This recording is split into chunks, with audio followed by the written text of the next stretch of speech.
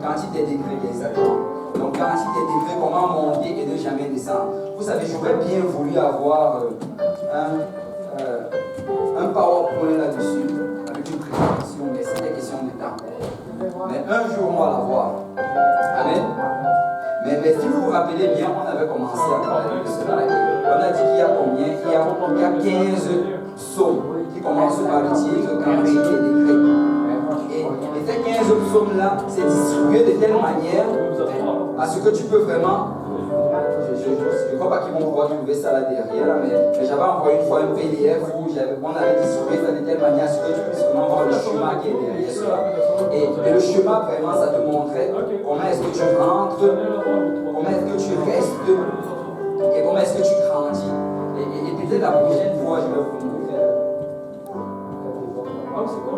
Mais globalement, c'était ceci. On avait commencé par parler d'abord comment rentrer. On avait vu que pour rentrer, ça prenait d'abord de passer par le psaume 120. Et le psaume 120, ça parlait de l'échec. Que comment est-ce que tu dois te sentir quand tu es hors du Seigneur, tu dois te sentir comme un échec. Est-ce qu'il y a des gens qui se rappellent de ça? Amen. Et ça prend d'avoir une soif pour le Seigneur. Tu sais, pour venir à Dieu, ça prend que tu aies une soif pour lui. Sans la soif pour Dieu, tu ne peux pas venir au Seigneur. Amen. Et nous avons soif de Dieu. Amen. Si nous sommes ici aujourd'hui, c'est parce qu'on a soif de Dieu. Si on a bravé le froid, si on a bravé la circulation, si on a bravé le diable qui voulait nous convaincre de ne pas venir, c'est parce que nous avons soif de Dieu. Amen. Amen. Amen. Quelqu'un dit j'ai soif de Dieu. Amen. Et après, on avait vu comment il y avait l'autre étape. L'autre étape, c'était le psaume 121. Ça, c'est la prochaine étape. Et le psaume 121, ça représentait lever les yeux vers Dieu. Écoute, ça prend, c'est quelque chose que de se sentir triste à Méchec. C'est quelque chose que de se sentir abattu. Mais il faut qu'on lève les yeux vers l'Éternel. Amen. Parce que si on ne lève pas les yeux vers l'Éternel, on va chercher la solution ailleurs. Dans la drogue, dans l'alcool, dans les choses du monde. Mais vous savez quoi, si nous sommes déprimés, nous voulons regarder vers Dieu. Amen. Si on se sent faible, nous voulons lever les yeux vers la montagne. D'où nous viendra notre salut. Amen. Alléluia. Et après cela, ça c'était vraiment comment faire pour rentrer. Et là, on était passé à la deuxième étape maintenant. Comment faire pour rester.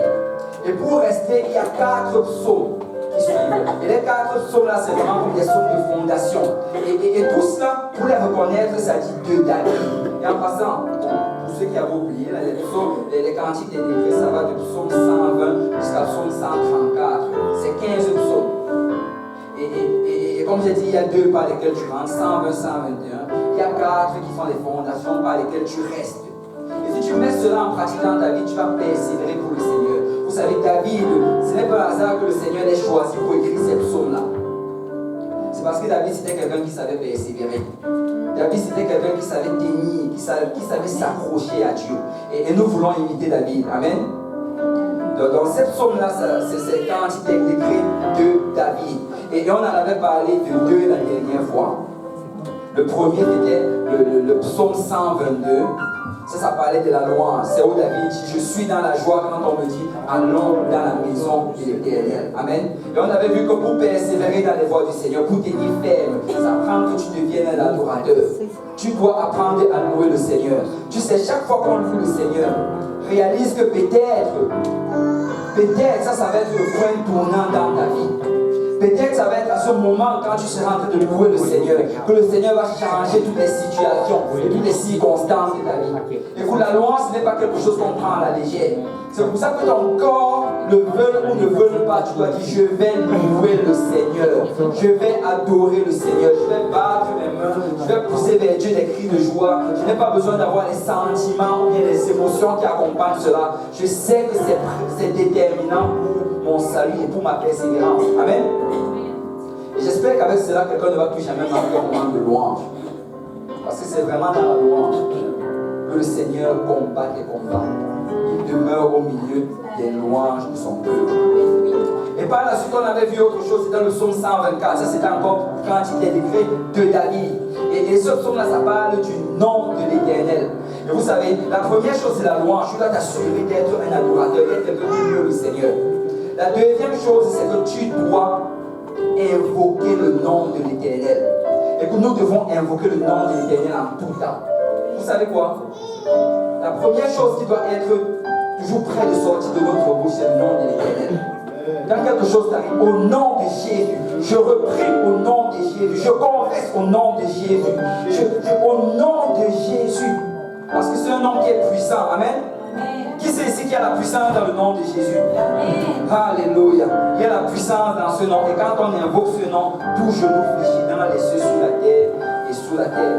Et la fin du psaume 124 disait: notre secours est dans le nom de l'Éternel qui a fait les cieux et la terre.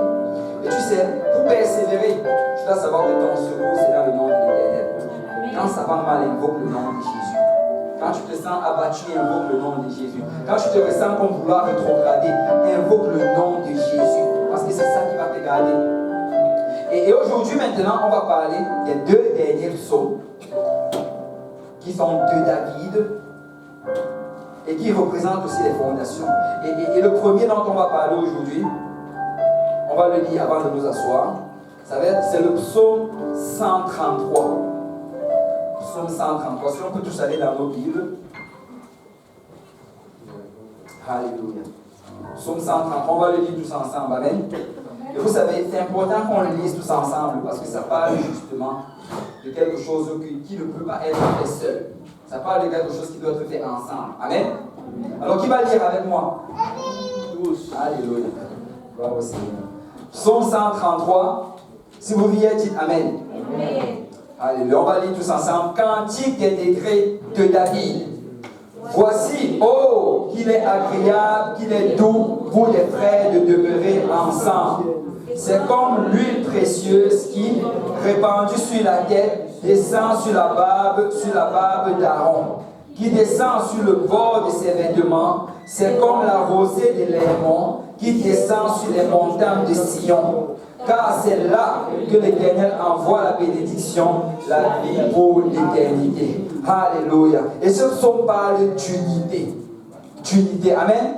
Et on va commencer d'abord par parler de l'unité. Et si on peut déposer nos Bibles, nos iPads, nos téléphones, et on va juste élever nos voix vers le Seigneur et on va prier. Seigneur Dieu Tout-Puissant, si on peut prier tous ensemble en unité. Seigneur Dieu Tout-Puissant, béni sois-tu Seigneur. Papa, nous te louons, nous te rendons grâce Seigneur pour ce que tu as déjà fait jusqu'à présent, Papa. Et Seigneur, nous anticipons de plus grandes choses que tu vas encore faire. Papa, merci Seigneur pour ceux qui ont été touchés. Merci pour ceux qui ont été transformés. Merci pour les délivrances et les guérisons, Papa, qui se sont produits alors que nous étions en train de te louer et de t'adorer. Mais Seigneur, alors que nous entrons, Seigneur, dans la prédication de ta parole, Seigneur, ouvre-moi le prédicateur, Seigneur. Ouvre nous tous ensemble, Seigneur. Ouvre nos oreilles, Papa, afin qu'on entende la parole de Dieu. Ouvre nos cœurs afin qu'on reçoive la parole de Dieu, Papa. Et que cette parole trouve une place fertile dans notre cœur et qu'elle produise du fruit qui va nous mener jusqu'à la vie éternelle. Papa, c'est avec action de grâce que nous t'avons prié. Au nom de Jésus. Si on peut dire au nom de Jésus. Au nom de Jésus. Alléluia. Si on peut battre le nom pour le Seigneur avant de nous asseoir. Alléluia, alléluia, alléluia. Vous pouvez s'asseoir dans la présence du Seigneur. Psaume 133. Cantique des décrets de David. Voici, oh, qu'il est agréable, qu'il est doux pour des frères de demeurer ensemble. C'est comme l'huile précieuse qui, répandue sur la tête, descend sur la barbe d'Aaron, qui descend sur le bord de ses vêtements.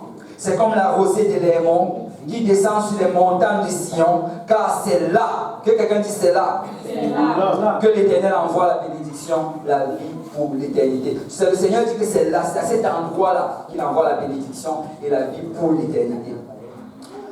Vous savez, le Seigneur Jésus, avant d'aller à la croix, il a fait une prière. Et cette prière-là se trouve dans le livre de Jean chapitre 17.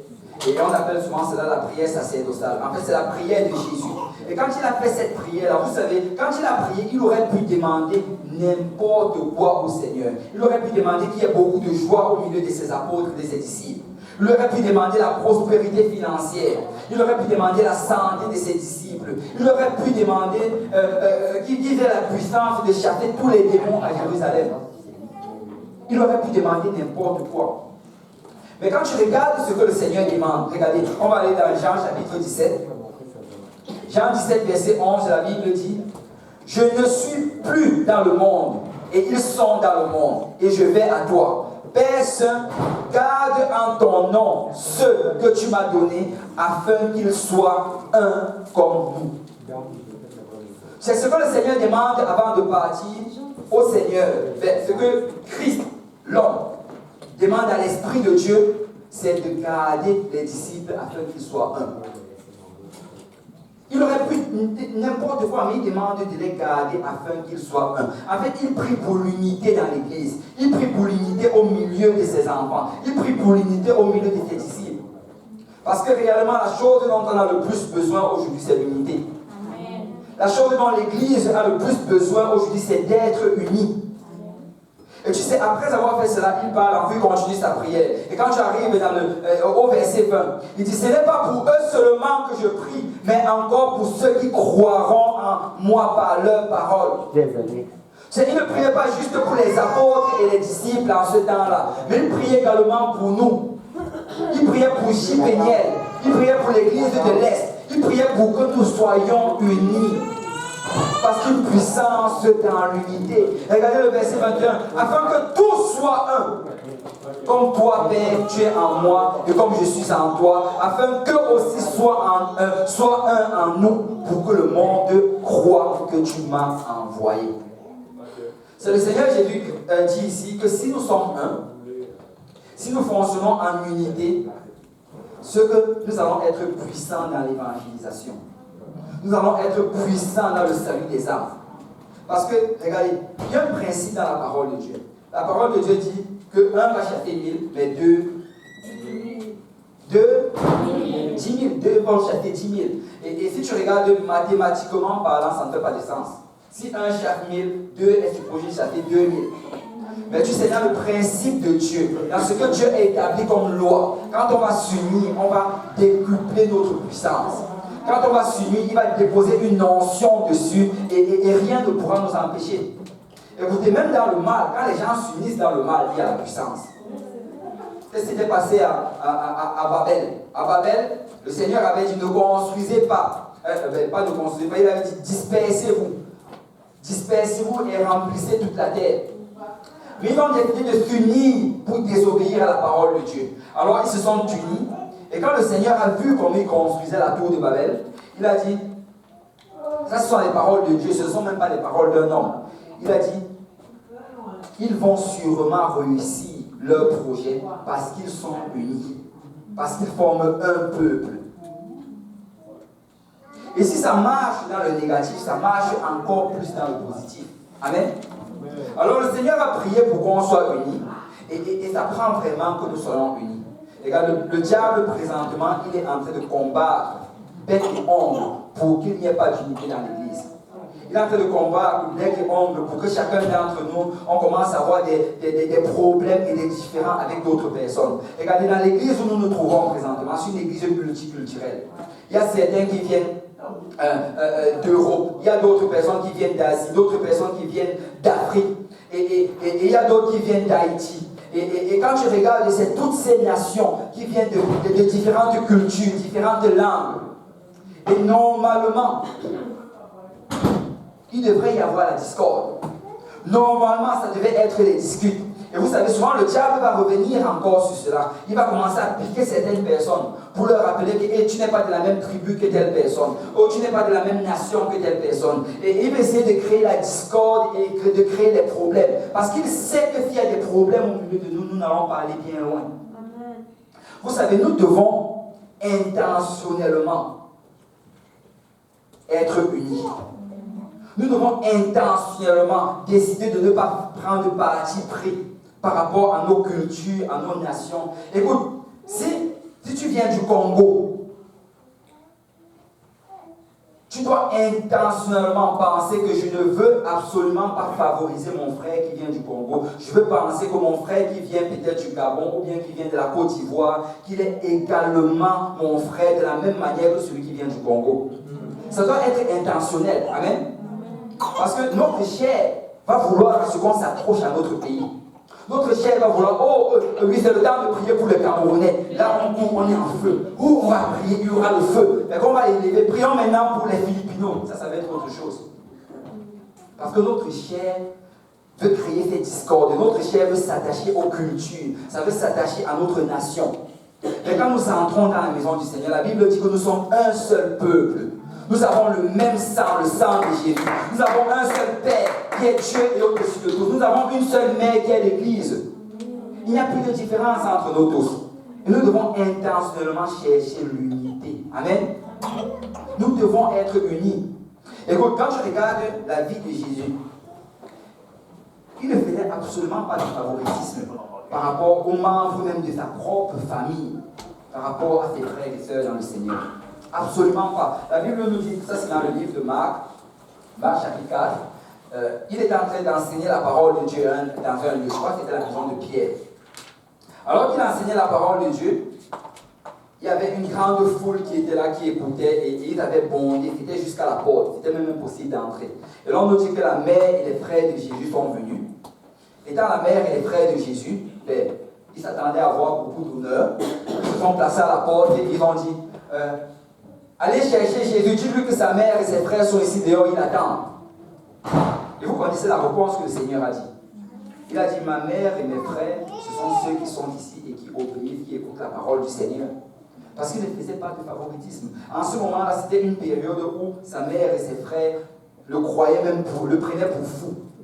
Sa mère et ses frères le regardaient, on disait qu'il y a une case qui lui manque. Qu'est-ce qu'il le prend? Il dit qu'il est le Fils de Dieu. Mais vous savez quoi? Il n'a pas arrêté cela. Il n'a pas arrêté de faire l'œuvre du Seigneur juste pour faire plaisir à sa famille. Il a continué à faire l'œuvre du Seigneur. Il a persévéré dans les voies du Seigneur. Et la Bible nous dit qu'à la fin, Marie elle-même, elle a reçu le Saint-Esprit en parlant d'autres langues. Amen. Elle était parmi les 120 le jour de la Pentecôte. Et vous savez, le message que le Seigneur veut nous donner là-dedans, c'est qu'on doit continuer à le servir. Peu importe la persécution, peu importe tout ce qui se présente devant nous, servons le Seigneur. Servons le Seigneur. On n'a pas besoin de faire de favoritisme. Il y a certaines personnes qui arrêtent de servir Dieu à cause de la persécution dans leur famille.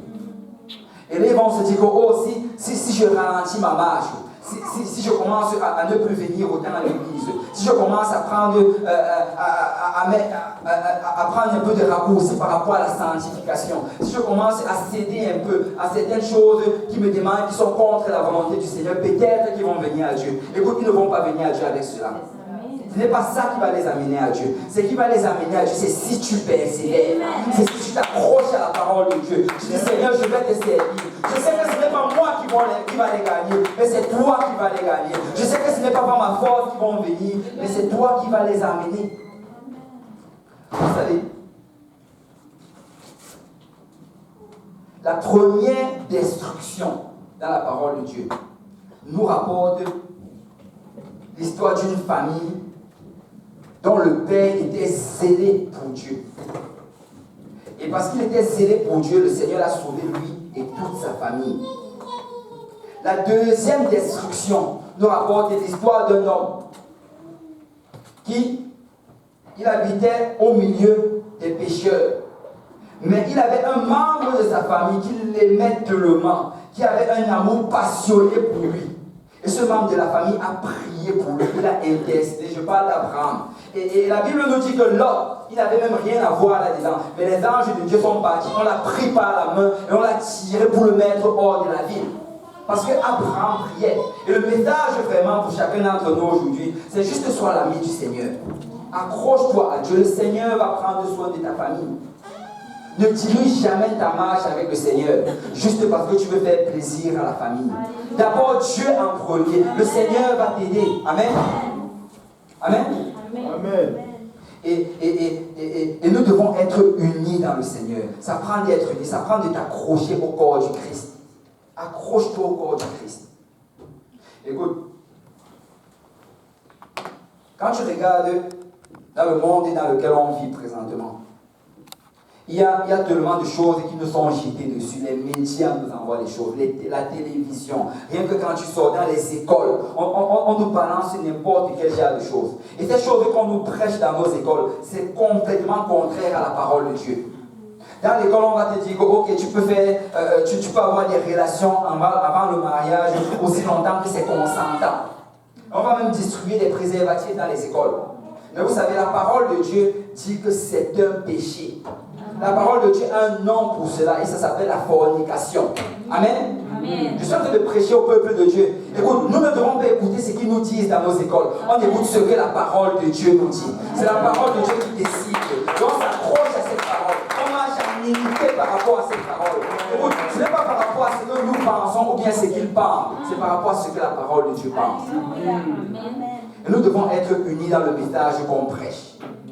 Nous devons être unis. Nous ne pouvons pas, écoute, nous n'allons aller nulle part si nous sommes tous au même lieu.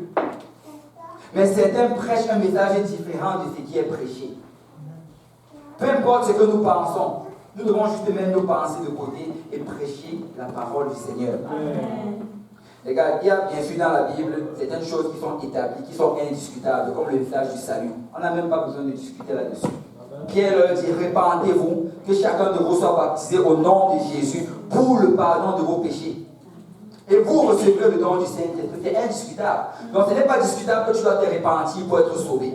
Ce n'est même pas discutable que tu dois être baptisé au nom de Jésus pour être sauvé. Ce n'est même pas discutable que tu dois recevoir le don du Saint-Esprit pour être sauvé. Ça, ce n'est même pas à discuter. Mais il y a d'autres choses dans la parole de Dieu. Quand tu vas peut-être lire même dans le livre de l'Apocalypse. Il y a plusieurs choses là-dedans dont on parle d'une manière symbolique. Et beaucoup de ces choses n'ont rien à voir avec le salut. C'est par rapport à ce qui va arriver à la fin des temps. Mais peuple de Dieu, nous ne devons jamais arriver à un point où on commence à discuter par rapport à ces choses-là. Ce qui n'a rien à voir par rapport au salut, nous n'avons pas besoin de discuter par rapport à cela. Écoute, chacun d'entre nous, quand on va lire, peut-être qu'on va avoir une certaine vision ou une certaine révélation par rapport à cela. Mais tu sais quoi? Quand nous sommes réunis ensemble et que nous devons prêcher la parole de Dieu, nous devons nous assurer qu'on prêche le même message. Et ce message, c'est le message que le pasteur nous a enseigné à l'église. Amen? Mettons nos opinions de côté, prêchons ce qui nous est enseigné parce que nous sommes le corps du Christ. Et regarde, dans ce psaume-là, la Bible dit que c'est comme l'huile précieuse qui répandit sur la tête descend sur la barbe d'Aaron. Ça veut dire que l'onction va toujours descendre du haut vers le bas. Donc peu importe ce que nous pensons, nous devons nous aligner avec ce que le pasteur est en train d'enseigner. Amen. Peu importe notre opinion personnelle, on s'aligne avec ce que le pasteur enseigne. Parce que c'est ça, marcher en unité. Et le Seigneur va toujours respecter cela. Aussi longtemps qu'on va rester en unité, l'onction va descendre sur nous. Aussi longtemps qu'on va rester connecté au corps du Christ, l'onction va descendre sur nous. Et je sais que plusieurs d'entre nous ici, on a eu des promesses. Il y a des grandes prophéties qui nous ont été annoncées. Mais vous savez quoi, pour que ça arrive, nous devons rester sous l'onction. Nous devons rester en unité. Amen. Et le Seigneur nous invite aujourd'hui à être en unité. Nous devons prêcher la même chose. Nous devons croire la même chose. Nous devons avoir tous le même discours. Regarde, dans la parole de Dieu, plusieurs fois, on nous parle de l'église de Dieu qui était en unité. Et chaque fois qu'ils étaient en unité, il y avait quelque chose de puissant qui arrivait. Dans le livre de Actes chapitre 2, on dit qu'ils étaient tous ensemble dans le même lieu. Vous savez, des gens peuvent être ensemble dans le même lieu sans être ensemble en esprit. Amen.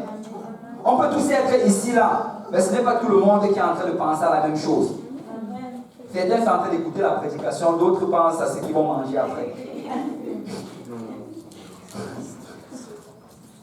Mais dans la parole de Dieu, quand on parle d'être tous ensemble dans le même lieu, quand tu regardes la signification de ce mot-là, ça veut dire en fait qu'ils sont tous ensemble dans les mêmes passions. Ça veut dire qu'ils étaient tous ensemble dans le même esprit, ils prêchaient le même message, ils avaient les mêmes désirs, les mêmes passions, la même attente. Et c'est à cause de ça que l'Esprit de l'Éternel pouvait agir aussi puissamment. Parce que si nous sommes tous du même esprit, l'Esprit de Dieu va agir. Si nous commençons à penser tous à la même chose, on garde nos yeux dans la même direction. Vous savez, la vision va venir du pasteur. Le Seigneur va donner une vision au pasteur. Il faut qu'on s'accroche à cette vision-là. Peu importe ce que nous pensons. Seigneur, je veux juste mettre ma pensée de côté. Je veux m'accrocher à la vision qui est établie devant moi. Écoute, si peut-être tu avais décidé que ça va être une année de pleurs, où je vais me lamenter pendant toute l'année. Si le pasteur vient, ou le Seigneur a dit que ça va être une année de réjouissance, tu sais quoi, prends tes pleurs, jette-les dans la poubelle, on va se réjouir. Amen. Nous allons nous réjouir, parce que nous devons être ensemble là-dedans. Amen. Et pour marcher ensemble, ça prend absolument la soumission. C'est impossible qu'on soit ensemble sans soumission. Être ensemble est directement connecté à la soumission. Regardez ceci. Pour qu'il y ait une guerre, ça prend que les deux parties aient décidé de refuser de se soumettre. Amen. Parce que si une partie vient déclarer la guerre à l'autre, et l'autre dit « je me soumets », c'est qu'il n'y aura pas de guerre. Amen. Chaque fois qu'il y aura guerre, c'est toujours parce que quelqu'un a décidé de ne pas se soumettre.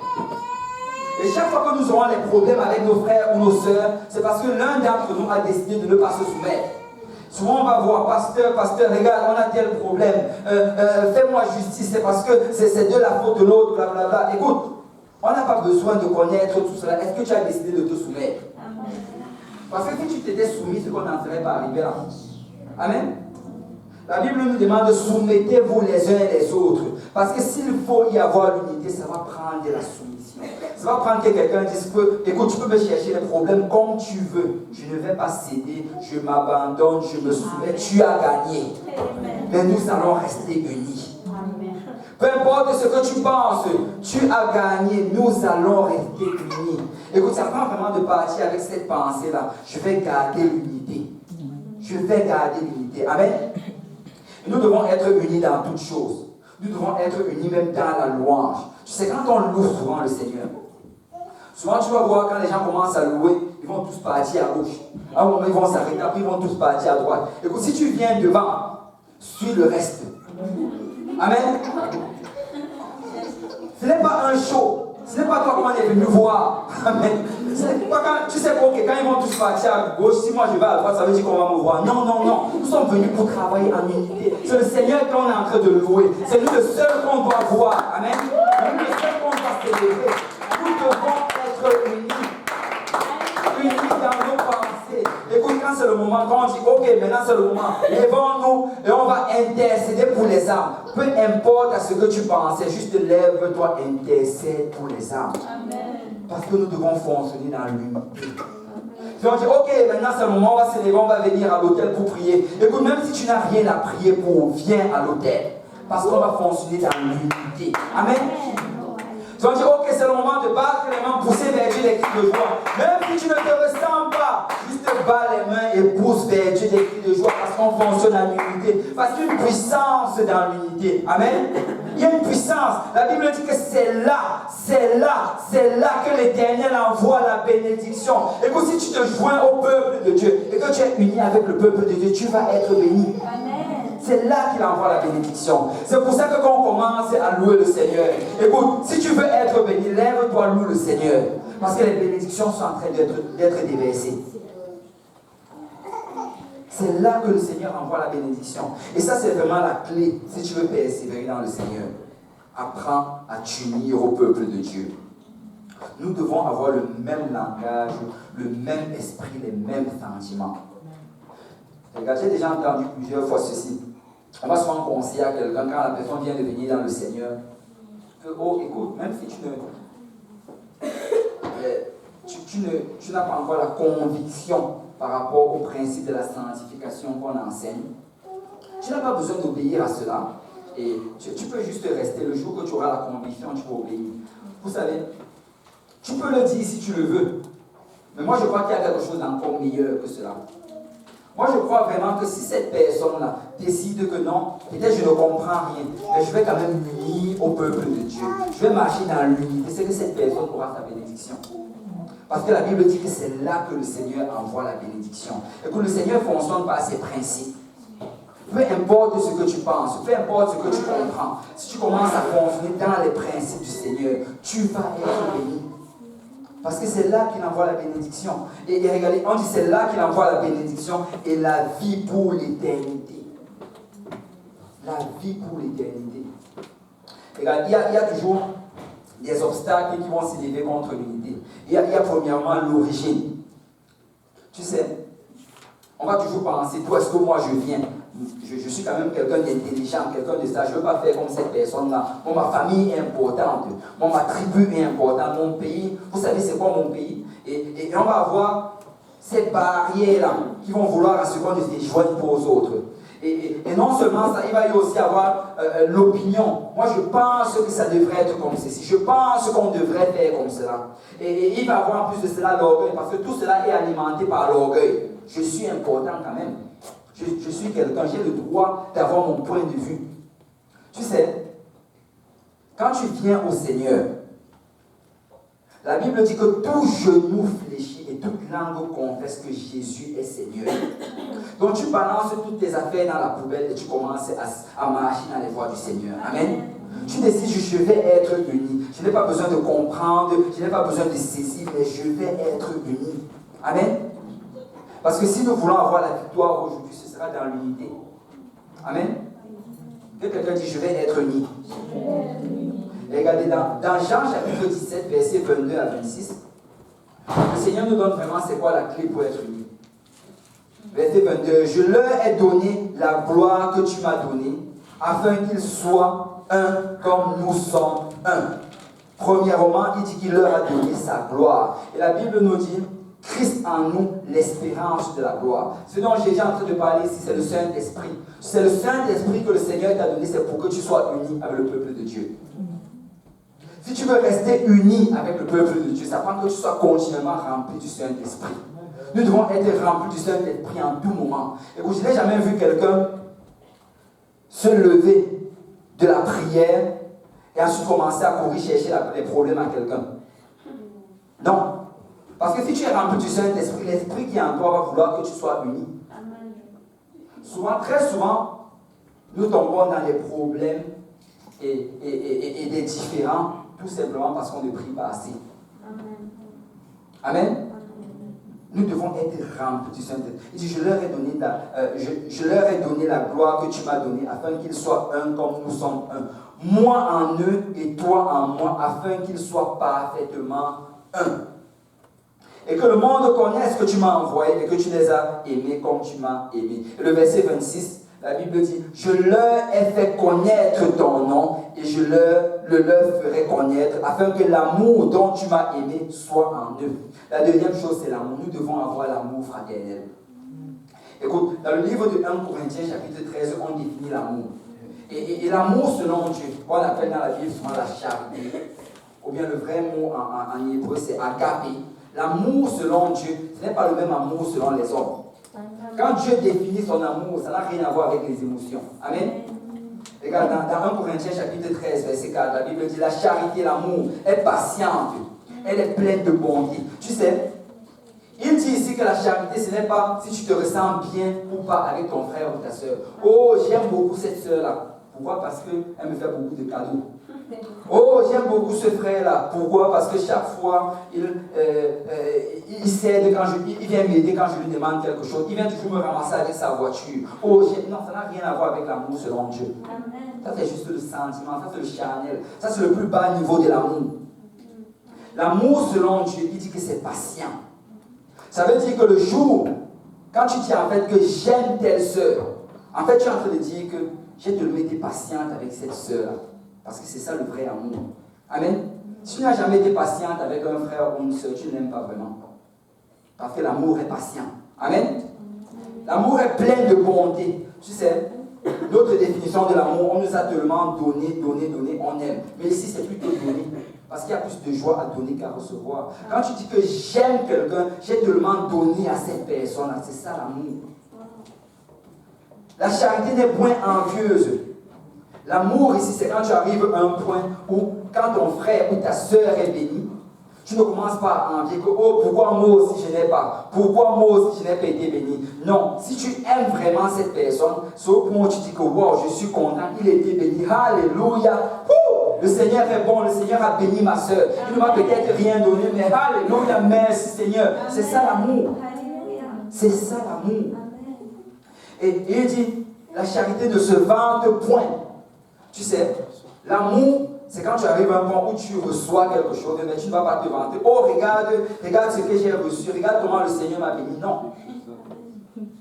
Si tu aimes vraiment la personne, ce que tu vas faire, c'est Seigneur, tu m'as donné, mais je ne suis pas satisfait parce que je veux que tu lui donnes aussi. Seigneur, je veux que tu la bénisses aussi. Je veux que tu le bénisses aussi. Seigneur, pourvois également à ses besoins. Peut-être qu'il en a même plus besoin que moi. Seigneur, rencontre-le. C'est ça l'amour. C'est ça la vraie définition de l'amour. Il dit, elle ne se vante, elle ne s'enfle point d'orgueil.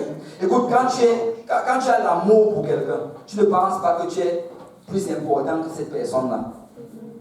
Le vrai amour, c'est que tu commences à regarder les gens comme s'ils étaient plus élevés que toi. Que tu ne regardes pas, oh, je sais mieux le Seigneur que cette personne. Je suis plus fidèle à la maison de Dieu que cette personne. Oh, elle n'arrête pas de manquer l'église, elle n'arrête pas de manquer l'évangélisation. Non, ce n'est pas ça l'amour. L'amour, c'est où tu arrives au point où tu dis, Seigneur, peut-être que je suis en train de te servir, mais je sais que ce n'est pas par ma force, je sais que ce n'est pas ta grâce. Étends davantage ta grâce sur elle. Étends davantage ta grâce, agis envers. Use de la même bonté que tu as eu envers moi. Elle ne fait rien de malhonnête. Elle ne cherche point son intérêt. Tu sais, le vrai amour, c'est quand tu arrives à un point où tu dis, Seigneur, bénis mon frère avant de me bénir. C'est ça l'amour. Waouh! Ça, c'est complètement différent à on penser. Amen? Ça, ce n'est pas l'amour selon le monde, ça, c'est l'amour selon Dieu. Et cet amour-là, ça n'a rien à voir avec tes sentiments. Ça n'a rien à voir avec les émotions. C'est juste, Seigneur, j'ai décidé d'aimer. J'ai décidé de pardonner. J'ai décidé d'être patient. J'ai décidé de me réjouir avec cette personne quand cette personne est bénie. Et là, ça continue. Elle ne s'irrite point, elle ne soupçonne point le mal, elle ne se réjouit point de l'injustice, mais elle se réjouit de la vérité. Elle excuse tout, elle croit tout, elle espère tout, elle supporte tout. L'amour supporte tout. Ça ne veut pas dire que la personne t'a fait quelque chose de bien. Amen. Si on parle de supporter, ça veut dire qu'en fait la personne a fait quelque chose de mal. Ça fait quelque chose de tellement horrible que ta chair est en train de te secouer, de maudire la personne. Mais j'aime cette personne, je vais supporter. Vous savez, le Seigneur m'a révélé ça l'autre jour. Quand on disait dans la parole de Dieu, quand on voit un endroit, on disait que le Seigneur la regarda et il l'aima. Quand la Bible dit que le Seigneur la regarda et il l'aima, ça ne veut pas dire que le Seigneur a eu un rush, comme on dit en anglais, un rush d'émotion dans son cœur. Je ressens l'amour pour cette personne. Ce n'est pas ça que ça veut dire. Ça veut dire que le Seigneur a regardé la personne, il a vu les défauts de la personne, il a vu les faiblesses de la personne, il a décidé que je vais la supporter. Je vais la supporter, telle qu'elle est, je vais la supporter. Et tu sais, quand on dit que le Seigneur Jésus nous aime, c'est parce qu'il regarde nos défauts, il regarde nos faiblesses, il dit que malgré cela, je vais le supporter. Malgré cela, je vais la supporter. Je vais continuer à persévérer et attendre, parce que je l'aime. C'est ça l'amour. Amen. Moi, je veux aimer comme le Seigneur Jésus. Amen. Alléluia. Et vraiment, la clé pour être uni, c'est l'amour. C'est une décision faible que je vais supporter. Je vais être patient envers mon frère et ma soeur. Et c'est une décision faible que peu importe ce qui arrive, je ne vais pas la condamner, je ne vais pas la juger, mais je vais toujours trouver le moyen d'intercéder pour elle devant le Seigneur. C'est ça l'amour. Amen. Tourne-toi vers ton voisin ou bien vers ta voisine, dis-lui je t'aime. Alléluia. Et ça, c'est vraiment la clé. Si nous voulons y arriver, ça va prendre l'amour. L'amour selon Dieu. Amen. Et la Bible dit que c'est là que l'Éternel envoie la bénédiction et la vie pour l'éternité. C'est dans l'unité. Alors, je vais m'assurer d'être toujours uni avec le corps du Christ. Amen. Et là, donc le troisième point, c'était l'unité. Donc, le premier point pour rester dans la maison du Seigneur, c'est la louange. S'assurer d'être un adorateur. Le deuxième point, pour rester dans la maison du Seigneur, c'est d'invoquer le nom du Seigneur Jésus. Invoquer le nom du Seigneur en prière, invoquer le nom du Seigneur du matin jusqu'au soir, et peu importe les situations. Le troisième point, c'est d'être en unité, être connecté et accroché au corps du Christ. Écoute, quand c'est le moment d'aller à l'église, je vais à l'église. Quand c'est le moment de louer, je vais louer. Quand c'est le moment d'intercéder, je vais intercéder. Quand c'est le moment de jeûner, je vais jeûner. Quand c'est le moment d'évangéliser, je vais évangéliser. Et c'est ça qui te garde dans le Seigneur. Quatrième et dernier point. Psaume 131, verset 1. Cantique des degrés de David. Éternel, je n'ai ni un cœur qui s'enfle, ni des regards hautains. Je ne m'occupe pas des choses trop grandes et trop relevées pour moi. Loin de là, j'ai l'âme calme et tranquille, comme un enfant sévré qui est auprès de sa mère. J'ai l'âme comme un enfant sevré. Israël, met ton espoir en l'Éternel, dès maintenant et à jamais. C'est le troisième point pour demeurer, pour persévérer et pour être sûr que quand la trompette va sonner, tu vas faire partie de l'enlèvement. C'est de mettre ton espoir en l'Éternel. Mettre ton espoir en l'Éternel. Quelqu'un dit, je mets mon espoir à l'Éternel. Et vous savez, pour illustrer ceci, David a utilisé un point. Et quand tu étudies vraiment cela, tu réalises que c'est comme l'exemple par excellence. Parce que ici, il dit, je n'ai ni un cœur qui s'enfle, ni des regards hautains. Je ne m'occupe pas des choses trop grandes et trop relevées pour moi. En fait, il est en train de parler ici là d'une situation où c'est au-dessus de ta compréhension. Une situation qui est au-dessus de ton intelligence. Tu ne peux pas raisonner cela. Et tu regardes cela, c'est trop grand, c'est trop relevé pour toi. Et là, tu dis que mon cœur ne va pas s'enfler par rapport à cela. Je ne vais pas être hautain par rapport à cela. Je vais reconnaître que c'est trop grand et que c'est trop relevé pour moi. Et par la suite, il dit, je vais mettre ma confiance en l'Éternel. Et tu sais, pour illustrer cela, il utilise cet enfant-là. Il dit, j'ai l'âme calme et tranquille comme un enfant sevré qui est auprès de sa mère. J'ai l'âme comme un enfant sevré. Tu sais, quand je méditais par rapport à cela, je ne sais pas si quelqu'un ici là a déjà vu un enfant qu'on est en train de sevrer. Ok, pas beaucoup. Peut-être si tu n'as pas encore vu un enfant qu'on est en train de sevrer, ben, pense à toi, quand tu étais petit, on t'a sevré. Et le sevrage, en fait, j'avais un peu lu dessus, ce que les psychologues disent dessus, là, mais le sevrage, c'est comme une des pires choses qu'un enfant traverse. C'est un trou, ça peut porter un enfant. Si l'enfant n'était pas un enfant, là, s'il était une grande personne comme nous, avec tous les questionnements qu'on a dans notre tête, ça aurait pu l'amener à la folie, à la démence. Parce que ça ne fait juste pas de sens. Amen. Je vais vous expliquer. Pourquoi? Parce que cet enfant-là, pendant les premiers mois de sa vie, pendant peut-être 8 à 10 mois, c'était même 24 mois, on n'a pas arrêté de le nourrir au sein.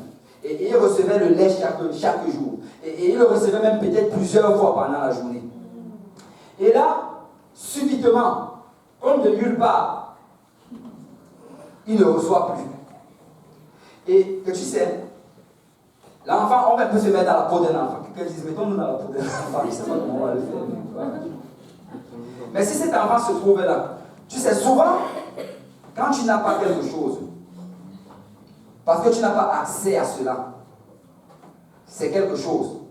Mais quand tu n'as pas, alors que cette chose est devant toi, c'est autre chose. Amen. Je vais vous donner un exemple. Si tu décides de jeûner et qu'il n'y a pas de nourriture à la maison, c'est quelque chose. Mais si tu décides de jeûner et que le frigo est rempli, c'est autre chose. Amen. Et l'enfant se trouve là, le frigo est rempli devant lui. Il voit sa maman est là. Il sait qu'elle a le lait.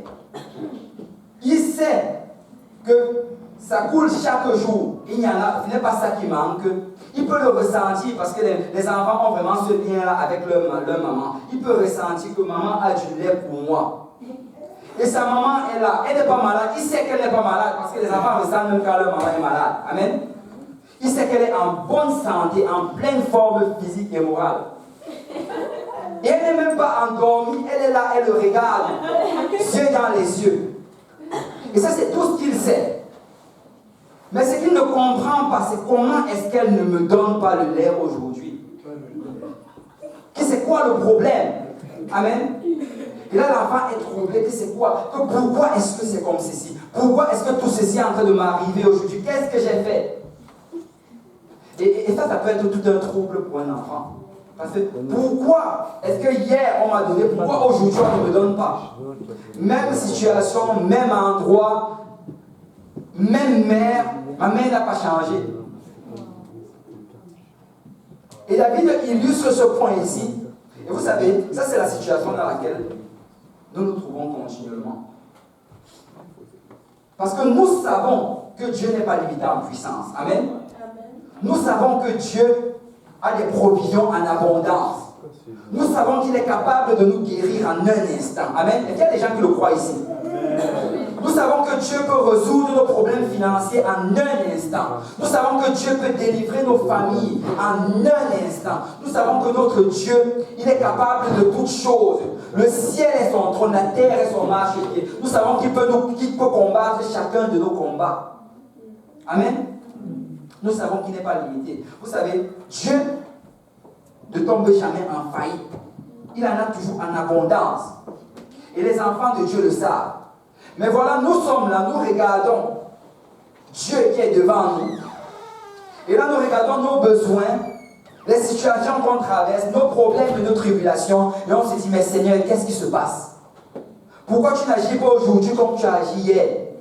Pourquoi tu ne délivres pas instantanément comme tu m'as délivré la dernière fois? Pourquoi tu ne guéris pas instantanément comme tu as guéri la dernière fois? Pourquoi tu ne sors pas de cette période de misère et de galère comme tu m'as sorti la dernière fois? Et là, on commence à se poser ces questions-là. Et on se retrouve vraiment dans la position de cet enfant sevré. Mais vous savez, David a utilisé le principe de l'enfant sevré, pas seulement pour montrer la partie négative, la partie de questionnement, mais il a aussi utilisé ça pour montrer la confiance qu'il y a dans cet enfant sevré. Parce que vous savez quoi, peu importe ce qui est en train de se produire, même si l'enfant ne comprend pas, il dit, j'aime toujours ma mère. Je vais toujours m'accrocher à ma mère. Je vais embrasser ma mère et je vais me saisir d'elle. Nous ne devons pas marcher par ce que nous comprenons, nous devons marcher par ce que nous savons. Je sais que l'Éternel m'aime. Je sais qu'il veut me délivrer. Je sais qu'il va pouvoir. Je sais qu'il va toujours être là pour moi. Même si là je n'ai pas encore la réponse à ma prière, je sais qu'il va répondre. Parce qu'il a promis dans sa parole qu'il va répondre. Même si là présentement je ressens encore des douleurs, je sais qu'il est en train de me guérir. Parce qu'il a promis qu'il va me guérir. Écoute, ce n'est pas selon ce qu'on comprend, mais c'est selon ce qu'on sait. Nous savons que notre Dieu est là. Nous savons que notre Rédempteur vit. Il avait dit, mets ton espoir en l'Éternel, dès maintenant à jamais. Écoute, nous devons mettre notre espoir à l'Éternel. Nous devons mettre notre espoir à l'Éternel en toutes choses. Notre marche avec le Seigneur, ce n'est pas une marche dans laquelle le Seigneur va commencer à te révéler des choses qui vont t'arriver dans 3-4 ans. Il va juste te révéler ce qui va t'arriver maintenant même. Et nous devons juste faire confiance à l'Éternel pour le lendemain. Écoute, la vie d'un enfant, c'est vrai, ça dépend entièrement de sa mère. Il ne sait même pas ce qui va s'en venir demain. Aucun ne me donne pas le lait aujourd'hui, c'est quoi qu'on ne va pas me donner demain? Aucun aujourd'hui on me donne ce nouveau repas, c'est quoi qu'on va encore me donner demain? Tu sais, c'est vraiment une marche de chaque jour. Et souvent, le diable va venir nous condamner. Il va dire, écoute, tu vois la dernière situation par laquelle tu es passé. C'était difficile pour toi de t'en sortir. Tu étais à ça de tomber. Tu étais à ça de faillir. Quelqu'un qui te dit que la prochaine fois tu vas pouvoir y arriver. Écoute, tu dois juste te répondre. Je sais que le Seigneur va pouvoir. Je sais qu'il va me délivrer. Je sais qu'il va me protéger. Parce que les bénédictions de Dieu se renouvellent chaque matin. La bonté de Dieu se renouvelle chaque matin. Parce que Dieu a encore de la grâce pour nous. Amen. Il a eu de la grâce pour nous hier, mais devine quoi, demain il a encore de la grâce pour nous. Amen. Il nous a délivrés hier, mais devine quoi, demain il va encore nous délivrer. Arrête de regarder et de te dire comment je vais faire demain, comment je vais y arriver demain. Écoute, le Seigneur va le faire, ce n'est pas toi qui vas le faire, le Seigneur va le faire. Juste vis aujourd'hui, soucie-toi juste de ce qui se passe maintenant. Regarde ce que le Seigneur est en train de faire maintenant. Laisse le Seigneur s'occuper de demain. Amen. Mets ta confiance à l'Éternel. Mets ton espoir à l'Éternel dès maintenant et à jamais. Parce que c'est Dieu qui va le faire. Écoutez, dit Zorobabel, ne t'inquiète pas. Ce n'est ni par la force, ni par la puissance, mais c'est par l'Esprit de l'Éternel. Nous marchons par l'Esprit de l'Éternel. Nous sommes guidés par l'Esprit de l'Éternel. Nous persévérons par l'Esprit de l'Éternel. Notre marche avec le Seigneur n'a rien à voir avec ce que nous comprenons. Alléluia. Ça a tout à voir avec ce que nous savons. Il est Dieu. Il est Dieu. Que quelqu'un dise, il est Dieu. Il est Dieu. Et il va pouvoir. Écoute, si tu as résisté à peine hier à tomber dans le péché, tu sais quoi? Même si tu apprends que ce soit encore à peine, tu vas résister demain. Parce que la même grâce qui était là hier va encore se renouveler aujourd'hui. Et même si tu apprends que tu résistais à peine jusqu'au jour que la trompette va sonner, nous allons continuer à avancer. Amen. Nous allons continuer à persévérer parce que c'est Dieu qui est en train de faire son œuvre. Arrête de regarder et de faire des grands calculs. Que oh, si je pouvais faire ceci, faire cela, faire ceci. Non, le Seigneur va le faire. Mets ta confiance à l'Éternel. Accroche-toi à l'Éternel. Seigneur, je sais que tu vas le faire. Seigneur, tu vas me délivrer. Seigneur, tu vas pouvoir. Seigneur, tu vas pouvoir. Seigneur, j'ai mis toute ma confiance en toi. Parce que ce n'est pas par moi-même, mais c'est par toi. Ne permets jamais à demain de te voler ta bénédiction d'aujourd'hui. Ne permets jamais à demain. Écoute, souvent tu regardes comment, avec ma marche avec le Seigneur présent, c'est comme si je suis toujours en train de ramper. C'est comme si je suis toujours en train d'essayer de combattre pour me relever. Tu sais quoi? Même si tu apprends que tu rampes jusqu'au ciel, rampe jusqu'au ciel. Parce que c'est le Seigneur qui te fait ramper. Peut-être que tu ne réalises pas, mais c'est lui qui est derrière toi en train de te pousser. Juste continue. Mets ta confiance à l'Éternel. Ne regarde pas comment je vais faire. Vous savez, le peuple d'Israël, dans l'Ancien Testament, encore et encore, il n'arrêtait pas d'élever cette prière ici. Seigneur, jusqu'à quand? Jusqu'à quand? Jusqu'à quand? Jusqu'à quand? Et vous savez quoi? Le Seigneur veut que nous arrêtons de demander jusqu'à quand. Parce que c'est lui qui sait jusqu'à quand. Tout ce que tu as besoin de savoir, c'est ce qu'il est en train de faire dans ta vie aujourd'hui. Alors aujourd'hui, je vais louer le Seigneur. Aujourd'hui, je vais adorer le Seigneur. Aujourd'hui, je vais prier. Aujourd'hui, je vais jeûner. Je n'ai rien à foutre de ce qui va se passer demain parce que le Seigneur va s'occuper du lendemain. Amen. Amen. Amen. Peuple de Dieu, mets ton espoir en l'Éternel. Quelqu'un dit, je mets mon espoir en l'Éternel. Et nous devons mettre notre espoir à l'Éternel en toutes choses. Absolument. Dans sa parole, dans son plan, dans tout ce qu'il est en train de faire dans notre vie. Parce que notre marche avec le Seigneur, ce n'est pas entre nos mains, c'est entre les mains de Dieu. Le peu qu'on puisse faire, c'est juste avoir la foi en Dieu. C'est tout ce qu'il nous demande de faire. Aie la foi en moi. Aie la foi que je vais t'aider à y arriver. Et dès que tu as cette foi-là, il va le faire. Amen. Amen. La Bible nous dit que la foi doit être accompagnée des œuvres. Je ne dis pas par là qu'on va commencer à vivre notre vie comme bon nous semble. Écoute, il y a des principes que le Seigneur a établis. Et ta foi va être démontrée par l'obéissance de tes principes. Mais souvent, tu vas arriver à un point où c'est comme si tu n'auras pas la force de le faire. Laisse-moi te dire que tu dois mettre ta confiance à l'Éternel. Parce que c'est Dieu qui va t'aider. Amen. On va se lever tous ensemble. Alléluia. Et notre confiance en Dieu va toujours commencer par sa parole.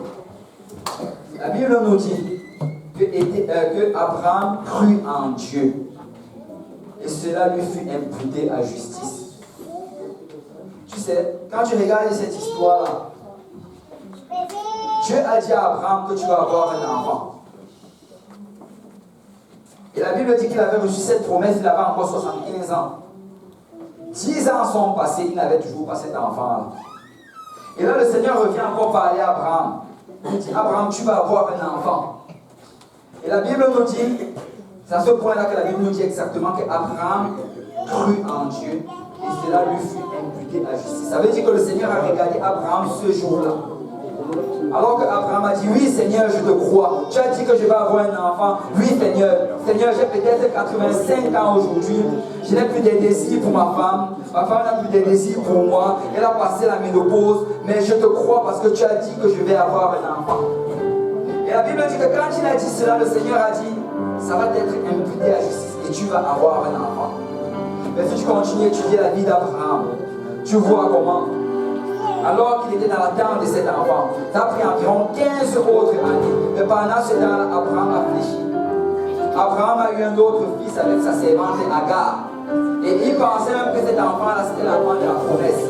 Abraham a fait, la marche de Dieu avec Abraham, c'était plus une marche parfaite.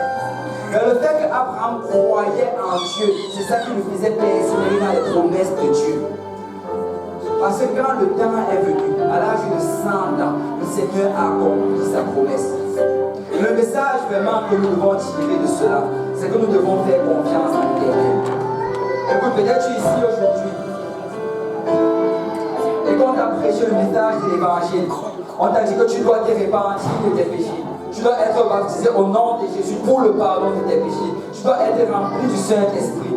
Et là, tu regardes, tu te dis que, oh, comment en faisant cela, ça va changer ma vie. Mets ta confiance en l'Éternel. Comment en me répandant, ça va changer ma vie. Mets ta confiance en l'Éternel. Comment en entrant dans l'eau, ça va changer ta vie. Mets ta confiance en l'Éternel. La Bible dit que quand tu rentres dans l'eau, quand tu ressors de l'eau, tu es complètement lavé de tes péchés. Le Seigneur marque ton nom dans le livre de vie. Il efface tous tes péchés et il les oublie complètement. Et là, tu lui appartiens. Comment recevoir le don du Saint-Esprit, ça va changer ma vie. Et vous, la Bible dit que quand tu reçois le Saint-Esprit, c'est l'Esprit de Dieu qui vient habiter en toi. Il dit qu'il va écrire les lois de Dieu dans ton cœur. Il dit qu'il va te donner la force de vivre pour lui. Parce que quand tu reçois le Saint-Esprit, tu reçois la force de vivre pour le Seigneur. Je ne peux pas t'expliquer dans les détails ces choses-là, parce que moi non plus je ne les comprends pas dans les détails. Mais j'ai décidé de mettre ma confiance à l'Éternel. Amen. Nous allons mettre notre confiance à l'Éternel. Peut-être tu es ici aujourd'hui et que tu traverses des situations dans ta vie. Et tu te demandes comment je vais faire pour sortir de cette dette. Comment je vais faire pour sortir de ces problèmes? Comment je vais faire pour avoir la victoire sur ces situations? Mets ta confiance en l'Éternel. Le Seigneur va le faire. Ça n'a jamais été par ta force, mais c'est par la grâce de Dieu. C'est par la force de Dieu. C'est par la puissance de Dieu. Et je vais mettre ma confiance en l'Éternel. Si on peut battre le main pour le Seigneur.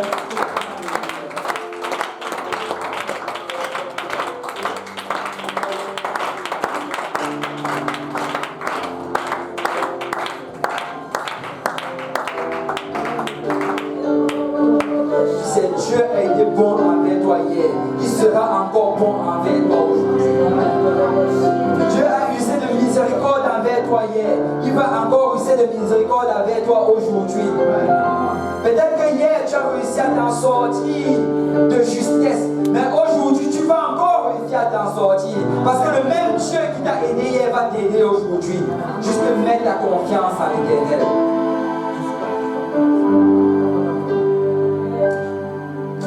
Si on peut s'avancer, on va prendre juste le temps d'aller vers le Seigneur en prière. On va aller tous en unité. On va parler au Seigneur aujourd'hui. Seigneur, nous venons pour mettre notre confiance en toi. Nous venons pour nous soumettre à toi. Alléluia. Et nous sommes tous unis ici comme un seul Dieu, en un seul Dieu, Seigneur.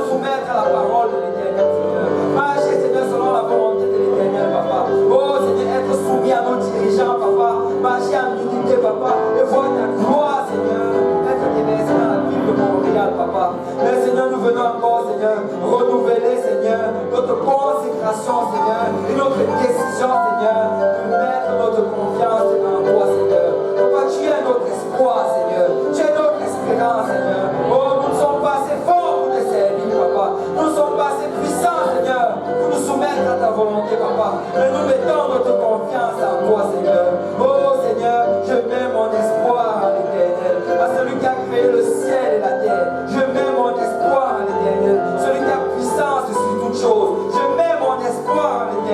papa. Oui, mon espoir pour mon salut, Seigneur. Car ce ne sera pas par ma force, mais ce sera par ta grâce. Oui, papa, je vais obéir à ce que je dois obéir. Je vais obéir à l'évangile, papa.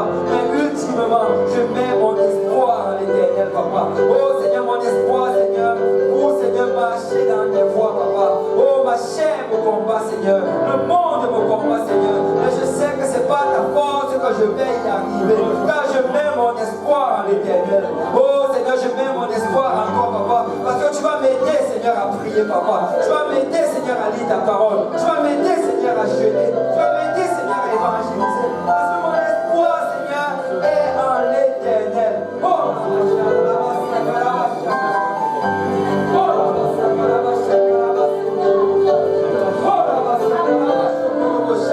mon espoir est en toi, Seigneur. Mon espoir est en toi, papa. L'appel que tu as mis dans ma vie aujourd'hui, Seigneur, je ne veux pas y arriver par moi-même. Mon espoir est en toi, Seigneur. Le salut de ma famille, Seigneur. Mon espoir est en toi, Seigneur. Le salut, Seigneur, de mes frères et de